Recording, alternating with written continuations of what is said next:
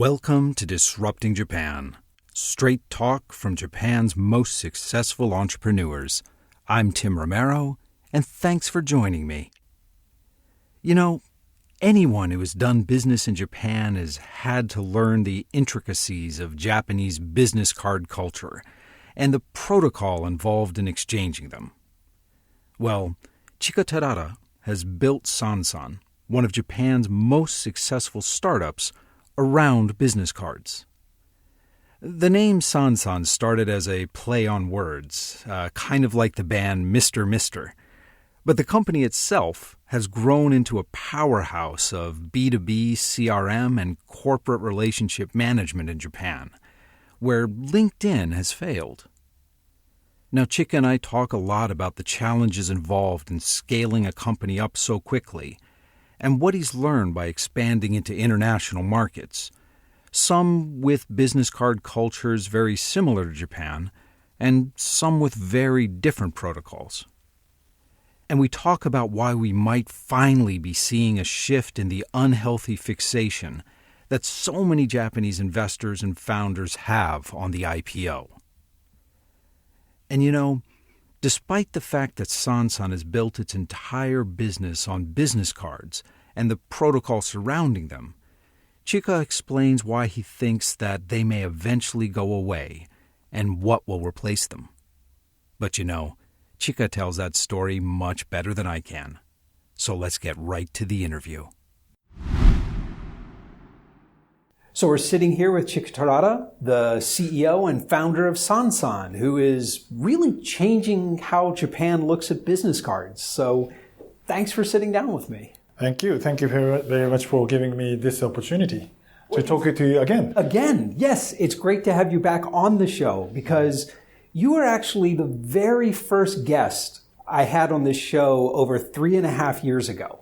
I'm very pleased to hear that. I mean, by looking your success after the first interview, that's remarkable. And likewise, you as well. Sansan has been just growing at a fantastic rate since that interview. And it's one of the real startup success stories in Japan. People from overseas often see Sansan as kind of like a business card scanning app. And I know it's a lot more than that. It's more like a networking tool. But maybe you can just start out by explaining what Sansan is and what 8 is. Right. It is true that our company is all about business cards. But this means our company is all about business encounters. People meet people in business every day. And in Japan and in other Asian countries, people exchange business cards. This is a kind of culture. So we provide 2 services. One is same name as a company, Sansan, for companies. And the other service is called 8, which is for business professionals. So Sansan is more like CRM solution based on business cards. The idea is that assuming the business cards as the representative of business encounters, if you can manage business cards successfully as a company, it's going to be your CRM database because you can search that database with the name of the company you'd like to access. Then you may or may not find a path to that company that your colleagues have. So that's the whole idea. And that data itself can be utilized or exported to other systems like Salesforce.com. Well, and you also sort of work out the corporate org chart and hierarchy based on these cards, right? Because business cards have the information of title and organizations, so we can structure organizations by capturing business cards. And every April when Japanese companies reorganize, Sansan kind of keeps track of that reorganization, right? Well, I think it's interesting. You guys have really filled a niche that LinkedIn wanted to fill in Japan, but wasn't able to. Well, it's about our B2C service. 8 is more suitable for that aspect. You use it for free to build your network. So you scan a business cards and you connect with others. And before scanning the cards of others, you're required to register your own business card. As you scan the business cards, you may connect to the people business cards you scan if they are on the network. I really like the way you had of putting it that the business card represents an encounter rather than an individual. Mm-hmm. Do you think this is at the heart of why Sansan has been so successful in getting in this niche and that LinkedIn has not been? This focus on encounters rather than broadcasting information about yourself. Well, why it is well adopted in Japanese market is because, first of all, people use business cards, and they have some trouble on managing or keeping track of business cards after they receive. Of course, we'd like to replace business cards in the end because we don't believe the usefulness of paper business cards at all. This is culture right now, and it can be altered. Yeah, I think it is interesting. Maybe I've just been in Japan so long. Mm-hmm. Japan definitely has that business card culture where that card does represent the encounter. Yeah. The US and China don't have that. Yeah. I find it to be a very easy workflow. Mm-hmm. So if I've gone to an event, I can go back home and look over 25 business cards and remember, I talked to this guy about this, and I talked to her about this, and I promised to follow up. But without those business cards, I can't remember everyone I talked to and who I have to follow up with. So there is still a merit of paper business card because it's portable and everyone has one. But still, we'd like to provide a way in which you can do the same thing online, digitally. So recently we released a new feature in which you can scan a business card on the spot and you can send your digital business cards to his or her email. Mm. So the image is included. So it's almost similar to the paper business cards. We're trying anyway. Step by step moving towards digitalization. But we'd like to keep or sustain a taste of business cards and the benefit of business cards, like you said. So we are in a transition period, I think. Okay. Well, one of the things that was unique about Sansan when you were first starting off was that all of the business cards your customers would scan in, you would have human staff double check to make sure it's right. That's the point, yeah. Are you still doing that? Yes, but the automation rate is getting high. From the beginning, we use technologies and also we use the human power. It's a combination. OCR technologies cannot be perfect. The accuracy rate would be like 80 to 90%. But the remaining 10 to 20% is critical. Because when you talk about the information, if you get an email address lacking one letter, it's useless, right? Right. So to fill that gap, we've been using crowdsourcing. But as we gather the accurate data, we can automate the process. So we combine technologies with human power. In the beginning, maybe it was only 10% automated, but now the rate is like 60%, 70%. So remaining 30% is done by human. Okay. That's still quite a lot of human labor. That's right. Going into this. Do you think AI will ever be at the point where you can just trust AI to do this? Well, partially we trust AI. For example, our engine to distinguish language of business cards are fully AI-based. We trust it. So we just sort the business cards into English, Chinese, Japanese, or other language using that AI. In that part, there is no human involved. We used to have human in that part as well. So, step by step, we automate by using AI. And once AI passes the threshold that we can replace human, we apply that to that point. That makes sense. Actually, as you've scaled up, right now you have around 400 people? Yep. So over the past 4 or 5 years, you guys have moved from being like a cool small startup to sort of a cool large startup. Mm-hmm, mm-hmm. What did you have to change about your company or your culture to make that happen? Well, there have been challenges to scale, of course, but always you have challenge, right? Sure. So, to be honest, I don't have any specific case or transition period that I would say that it was difficult or I don't have such story, to be honest. Well, okay, from my own experience, I've always noticed that when I was running startups and the team was really small, like 5 or 6 people, that's almost like a magical time. It's like you're playing in a band or on a sports team and everyone kind of knows what everyone else is thinking. And then there's stage around 15, 20 people where you can't communicate that way anymore. And you have to start writing things down. And then there's, I've never grown a startup to more than 100 people. But it would seem that at a certain point, like at 100 or maybe it's 200 people, you don't know who everyone is anymore. And you've got to have layers of people between you and the other staff. Right. And you have to motivate staff differently when they can't just come up and talk to the CEO. To be honest, I didn't do anything special. Yeah, there were things, like I had lunch, one-on-one lunch with all the new employees. As we hire more people, it's not possible now. So I stopped, but, I used to have one-on-one lunch. I used to have group dinner meeting kind of thing. But, it's pretty common. But that's not that important. Okay. Well, actually, one of the things I noticed that you did, I noticed the yearbooks that you published for all the staff. And I thought that was a great idea.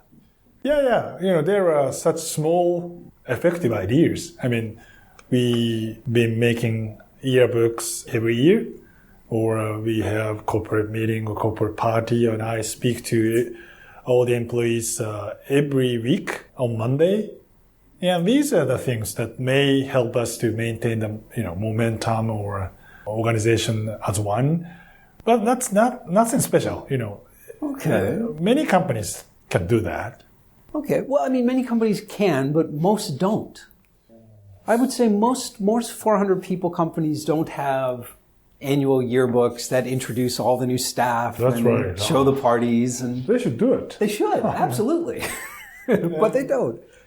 I don't know why they don't do it. These are effective and are worth investing.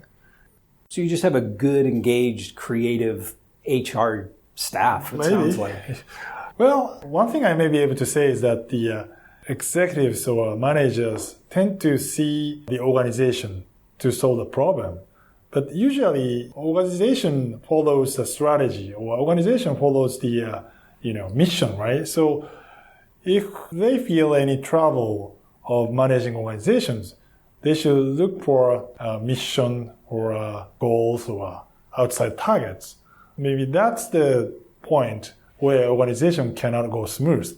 The organization itself can run like a machine, and you need people to correct it, intervene if it goes wrong. For example, one thing for the purpose of having solid mission shared by all the people, we organized corporate-wide discussion every 2 years to reconsider the statement. Kind of reevaluate the mission. Yes. We are in that process right now.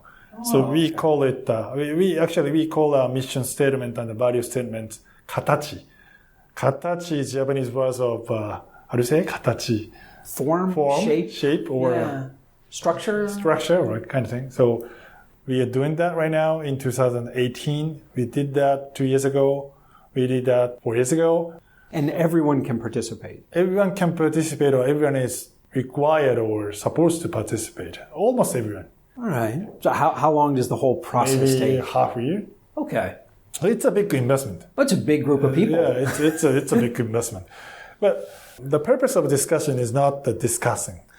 I think it keeps people engaged if it's done right. That's what I wanted to say. It keeps people, even if they can't come up and talk to you directly anymore, if it's done right, it feels like people still have an impact and they still have an input. Yeah. That kind of real discussion, for real purpose is very important, I think, to scale a company. Yeah. Instead of looking in the organization, you should look the mission as a company. What about in terms of attracting talent and finding new employees? Does Sansan have an employee stock option program? Part of, but not like other companies. Instead of stock options, we have, so you can buy stocks. Oh, okay. So instead of receiving stock options, you pay some money to buy stock. But you can buy at cheaper price than.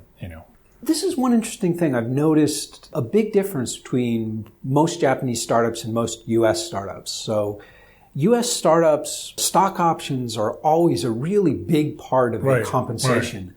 And in Japan, some startups do it, but most of them don't. Well, it's changing these days. Many companies, I would say almost all the startups these days would have stock option program. I've been asked questions from young entrepreneurs about how to run company or how to run stock option or these things. Then we didn't do that, but you should do it. I would encourage them to do it because that's a very good tool. If you had the chance to do it again, you'd start a stock option program? Sure, because otherwise we cannot be competitive in labor market. But that's encouraging. So that's something you think is happening more and more with startups now. Yeah. That's great. Let's talk about customer acquisition. Okay. Because this is something that I know has changed a lot since the early days. Mm-hmm. The turning point for our Sansan business is when we started TV commercial. At the time, TV commercial for startups is not common or popular, but we did that. And it was successful. And we continued TV commercial for 5 years. So it means it works, right? And I've noticed you guys are doing a lot of ads in taxis as well. Yeah. I can't get into a taxi anywhere in Tokyo without seeing the Sansan series of ads coming up. For the last 2 to 3 years, many taxis now have displays where we can show this commercial. A lot of startups who've received, kind of that threshold of funding, it seems to be about 20 million, 30 million US dollars, begin aggressively advertising on TV and taxis as well. In train as well. Yeah. Advertising and marketing should be one of the easiest industries to disrupt. And around the world, it tends to be. But in Japan, it's very resistant to disruption.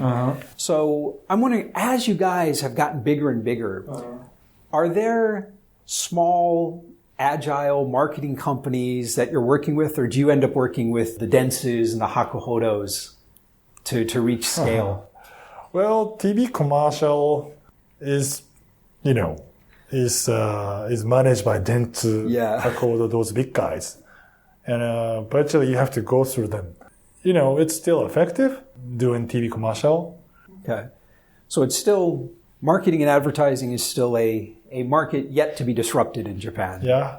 Of course, there is a big chunk of digital marketing, of course, and we spend a lot of money on digital side as well. So it's a combination of TV and digital advertisement. It's interesting how much money startups do have to spend on TV advertising in general. And I'm curious, is the importance of TV advertising that broad reach you were talking about, or is it more of kind of a credibility? When you see a company advertising on TV, you think like, wow, this is a really good company. They're big, they're powerful. They can afford to advertise on TV. Both are true. Yeah. As a matter of fact, these days, I'd say money is becoming commodity. For venture companies. That's good in a sense. They can go aggressive. Yeah, funding is way up. Yeah. So if you get a good chunk of money, TV is something you can spend a lot of money on it. Then it may or may not work, but you still have some reach. You still have some credibility. And your employees will be encouraged by seeing their own TV commercial. So that works anyway. Yeah. And it may not be effective, then they just stop. And so you can try once. That's the TV world, I think. So your advice to other founders would be, if you have the money, try it, see if it works. Not really. No? But, many entrepreneurs or CEOs would like to do TV commercial. And I would say you should do it carefully. But everybody would do that in the end. I mean, because it seems it's worth trying anyway. They try. They may fail. Yeah. That's it. TV is awfully expensive in Japan. Yeah. But that's why TV may be effective. There are only several channels. It's like an exclusive club. Yeah. That's right. All right. We were talking before a little bit about how Japan has kind of a unique business card culture. And last time we sat down to talk, you were just starting market entry into the United States and into the Singapore market. And how did things work out in those two markets? Okay. Well, we got some customers in the US and in Singapore. Now we focus more on Singapore and other Asian countries. I'd say we have to admit that we are still in the early phase of developing new markets. And while Sansan is like that, we launched 8 in India last November. So, and we are trying to penetrate into Indian market with 8. One successful result is that we got a lot of accounts overseas as the extension of Japanese accounts. So Japanese global companies. Oh, so like foreign offices of Mitsui or Yes. Mitsubishi, and they started using Sansan in the global network. That's becoming a good business. And it's one way of going global. We also try to sell to other local companies, of course. So we combine those two activities together. It's always been, every startup event I go to, people are always saying kind of, go global or go home, right? And I'm just wondering if a company like Sansan, which is so premised, so based on the Japanese business card etiquette workflow, why are the overseas markets so important to you? Well, first of all, we'd like to do that. I mean, that's our mission. If there is business card, we should have some opportunity because people should have certain level of problem of managing business cards. So it's easy. If they have business cards, we should go. And in Asian countries, there are a lot of business cards going on. Right. And in the US, in the West especially, I don't see business cards these days. Well, although, that said, what you mentioned before, that eventually you see business cards becoming digital or kind of going away, maybe that'll eventually will be the big chance in the U.S. because there needs to be something. I can't remember everyone I talked to. There's a need for something there. Yeah, that's true. I mean, LinkedIn is super. I mean, in the U.S. But I see people may have trouble, remembering people they meet. Yeah, the encounter. Yeah. But I can imagine that people again start using business cards in the US, right? So there may be some other way.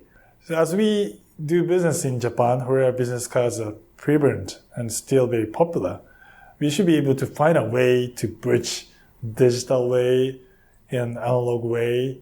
And once we find that experience or that way, that may be able to expand it to non-business culture companies. All right. So it makes sense that you want to keep involved with all the overseas markets in any event. Well, so far, you guys have raised about $93 million. Yeah. And your investors are both Japanese VCs and overseas VCs. Are the overseas VCs, or I guess the Japanese VCs as well, are they also pushing you to go global? Or are they more just sort of hands off, make it work, make us some money? Well, they respect our challenge anyway. Among them, there may be some VC that want us to focus on the Japanese market. But still, they respect what we like to do. That's it. I mean, excellent. Do you have any plans to kind of grow horizontally? I mean, for example, moving into sales automation tools or developing Sansan as an actual business social network or something like that? We recently released a new product called Customer Intelligence. It's like the extension product of Sansan. We call it CI. CI is data integration platform in the corporate system. We have been digitizing the business cards. The number of business cards we digitize is like 500 million. We consolidate the data so that it represents people or company, not representing mere card. So that technology can be built into that CI. So is that going to be more of like a data cleansing service, or is that more of like a platform that could compete with like Salesforce? It works with Salesforce.com. If you have CI in your system, you can connect Salesforce.com with that CI, with CI. You, of course, connect Sansan with CI. You may connect marketing automation tool like Marketo to CI, or your own proprietary system to CI. Then all the data is gathered in CI. Then it's consolidated. So just a mere email address in marketing automation system can be passed to CI. Then that email address is consolidated with the business card information. Then the whole data is back to marketing automation tool. Okay. That kind of master management platform. That makes sense.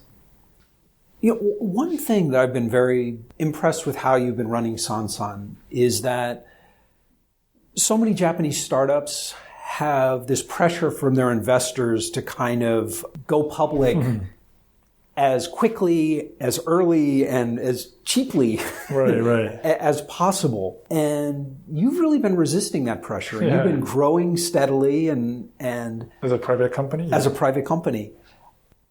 What's the logic behind it? Why have you decided to stay private and growing for so long? And why do so many Japanese founders have trouble doing that? First of all, I would doubt there are too much pressure from VCs to make an IPO. I mean, some people say that they have pressure from VCs so that they make an IPO. I mean, they wanted to make an IPO. And it may be true. There may be some pressure. But if management wouldn't like to make an IPO, they can push it back anytime. Well, I mean, I talk to a lot of founders, and I'm not sure how hard the pressure is, but a lot of times the VCs will bring up the IPO plans at almost every meeting. Well, maybe the way of raising money is the reason why they got a pressure. What we say to our investors, IPO is one option all the time. The important point is to grow the company and is to grow the valuation of the company for you. Then as it grows, what's wrong with it? Liquidation, if you need, may be made in other way. So it's mainly, you did a lot of setting of the expectations at the time of the investment? We always have had the plan of IPO. And as we go forward, then it's obviously the better way is that to raise money privately again to grow faster. Then we should go that way, right? So that's it. And then why you say we should make an IPO? That's a critical question to venture capital, right? Oh, well, it's easy. The VCs want to book that profit on their fund right away. That's something we should respect.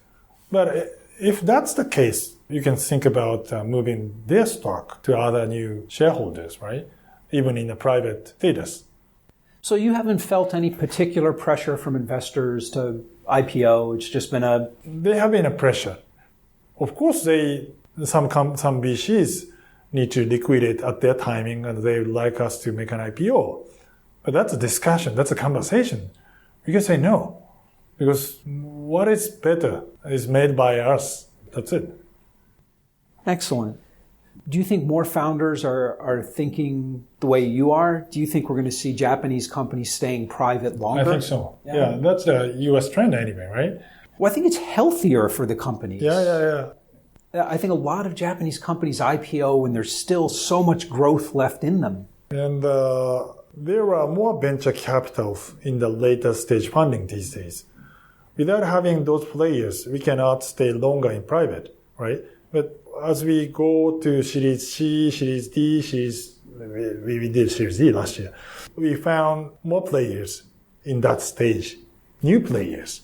So in that way, more venture startups will stay longer, I think. All right. That will definitely be a good thing for the startup ecosystem as a whole. Let me ask you some general Japan questions. Okay. In our last interview, we talked a lot about how you left Mitsui and how a lot of people around you were kind of surprised that you were doing it. And I'm curious, over the last 3.5 years, do you think the attitudes have changed at big companies? It's changed a lot. As they need to adopt the sense of innovation. Many big companies now have corporate venture capitals, and they respect ventures more these days. And to join ventures is one of major career these days, right? Yeah. So it's changed already. In such a short time. Yeah. And the Japanese government is pushing very hard, right? So more and more staff from Mitsui are going out on their own? I think so. Yeah. Well, we had just a couple of months ago, Inada-san. Hatama Plus, right? Right. Yeah. He's a good guy. He's very nice. Yeah. So recently I got questions from ex-Mitsui entrepreneurs. So a lot. Does Mitsui is there like a Mitsui alumni group that of founders working together? And we created ex-Mitsui alumni, not officially because it's not supported yet by Mitsui itself. But just as a personal network. Yeah, but there are like 200 people, not only by entrepreneurs, but all the Mitsui people quit Mitsui before their retirement age. I think that is so important. And in San Francisco, everyone knows about like the PayPal mafia and stuff. But I think if you look back over the last 20 years in Japan, ex-Oracle, like Oracle had a very powerful and unofficial alumni association that went on to either fund or found a lot of companies. IBM also. In Japan, Recruit alumni is very famous. That's right, Recruit. Yeah, it's a talent pool to start a new company. I think that might actually be one of the main mechanisms that will change large enterprises. Because it's very hard for them to reach out to startups. But having this sort of unofficial alumni as a bridge. Yeah, that's true. We got approached from Mitsui last year. I said it's not official, but it's almost official because we had an official conversation with Mitsui executives to cooperate. It's very remarkable that Mitsui, like big enterprises, work with their alumni, which may be, betrayal to the old sense. Well, yeah, it's certainly a new way of thinking in Japan. Yeah. Because before, when you left, well, you just didn't. So, yeah, that's good. Yeah. And I was invited to Mitsui to make some speech several times, and maybe 2 to 3 times. So, yeah, it's changing. That's really encouraging. Although I've got to say, maybe Mitsui, because they're a trading house. Right. They have that deal-making DNA in them. Mm-hmm. Yeah, that may be one of the reasons why Mitsui is now more positive about the alumni network and ex-Mitsui people start companies by themselves. But generally big enterprises are changing in the way of Mitsui or in the way of, for example, Sharp or Toshiba. Those failing companies would send people to other sectors, right? So that's a good power to flourish new companies or new businesses. I mean, that's really encouraging to hear, that there's been so much of a change in such a very short time. Yeah. Well, listen, Chika, before we wrap up, I'm going to ask you what I call my magic wand question. And I actually asked you this 3.5 years ago. Okay. And I'm not going to let you give the same answer again. Right, okay. And that is, if I gave you a magic wand and I told you that you could change one thing about Japan, anything at all, the education system, the way people think about risk, the legal system, anything at all to make things better for startups in Japan, what would you change? Education, I'd say. Education? Yeah. How would you change it? Well, innovation can be taught. And that mindset should have been taught. That's something I agree with. I agree that innovation can be taught, but that's not the general impression among most Japanese. So how would you teach them that? Design thinking and programming, these two skills, I would say, should be taught with the mind of making innovation. If you have these two skills when you are still young, you can try anything by yourself. And that may be the source of innovation. How young do you think we should be teaching kids this? Elementary school? Elementary school? Sure. I think that'd be great. I think it'd be easier. I think it's easier to teach a 7-year-old design thinking than it is a 57-year-old. That's right. That's already a best practice, right? Design thinking is. And the programming is, you can teach programming anyway, right? So these two should be taught.